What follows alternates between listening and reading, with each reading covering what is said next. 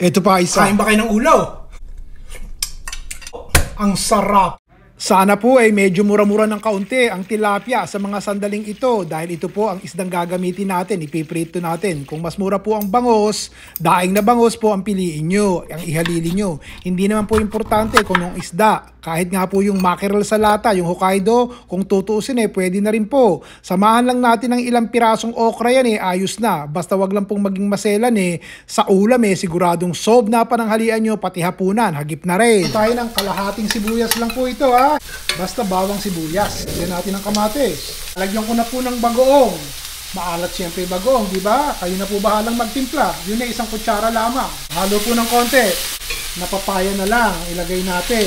Yan po ang unahin natin din sa ating bawang sibuyas kamatis na may bagoong. Haluin natin, hayaan natin lumambot ng konti yung ating papaya. 2 tasang tubig po. Takpan po natin. O siya. Ilagay po natin ng okra. Kaysa naman si Charo ihalo nyo. Kaya naman ano pa po ba mahal na gulay sa atin ngayon? Baka hindi po magustuhan. Kesa repolyo, pechay Baguio Ito na lamang po, pechay Tagalog. Lagay natin dyan. Haluin po natin Dali. Haluin lang po natin sandali At nang maluto yung matitigas na parte ng pechay.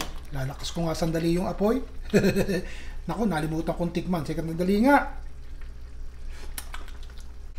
Kulang sa bagoong.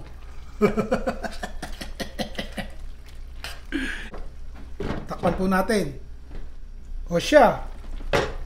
Bagong sandok po ito at ginamit ko sa dila ko yung pinanglasa ko ng ating ulam. So bago na po Ilagay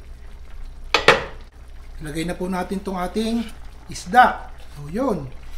Hindi po ito inabraw dahil iginisa ko yung bawang sibuyas kamatis Hindi rin po ito diningding. Basta kung ano tawag yung rini yun na yun. Okay. Shoutout po sa mga kaibigan natin, mga kababayan nating Ilocano. Hello po sa inyo. Basta may sabaw. Ito na po. Basta mga mura-murang gulay na may sabaw. Sandali lamang lutuin Para-paraan lang po. Para makaraos. O ngayon sa sweldo, iba naman.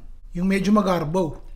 Pero ngayon ayos na Mainit at may sabaw Yun na. Basta wag nyo kakalimutan ilagay nyo po yung comment nyo dito sa baba. At yung po'y binabasa ko. Kadalasan po sa inyo po ako nakakakakuha ng mga ideas kung anong lulutuin. Especially yung mga rikadong mura-mura at madaling hanapin sa palengke at madaling lutuin. Siyempre masarap at saka may gulay-gulay tapos sasabawan natin. Yun ang ayos. Di po ba? O hanggang sa susunod po muli. Si Ron Bilaro.